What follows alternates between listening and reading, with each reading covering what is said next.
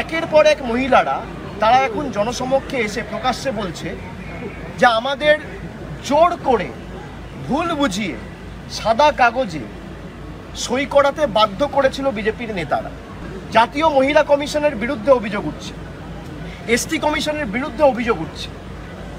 আজকে সারা বাংলাকে যেভাবে ছোট করেছেন আপনারা দেশের সামনে, পূর্ব পরিকল্পিত ষড়যন্ত্র এবং চক্রান্ত করে 2000 টাকার বিনিময়ে বাংলার 10 কোটি মানুষের মর্যাদা সম্মান আপনারা দিল্লির বুকে বিক্রি করেছেন। এর থেকে লজ্জাজনক কি হতে পারে? আর যারা অভিযোগ করেছিল তারা বলছে, অভিযোগকারিনীরা প্রকাশ্যে এসে বলেছে। আমি প্রধানমন্ত্রীকে বলেছিলাম শ্বেতপত্র প্রকাশ করুন।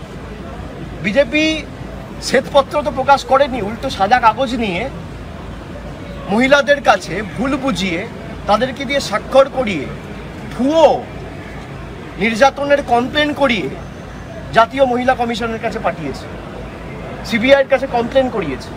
সন্দেশখালীর মায়েদের, বোনেদের, দিদিদের আমি নতমস্তকে বড় জোরে আমি প্রণাম জানাই, স্যালুট জানাই যে তারা একে একে সামনে বেরিয়ে এসে বিজেপির প্রকৃত স্বরূপটা মানুষের সামনে তুলে ধরছে।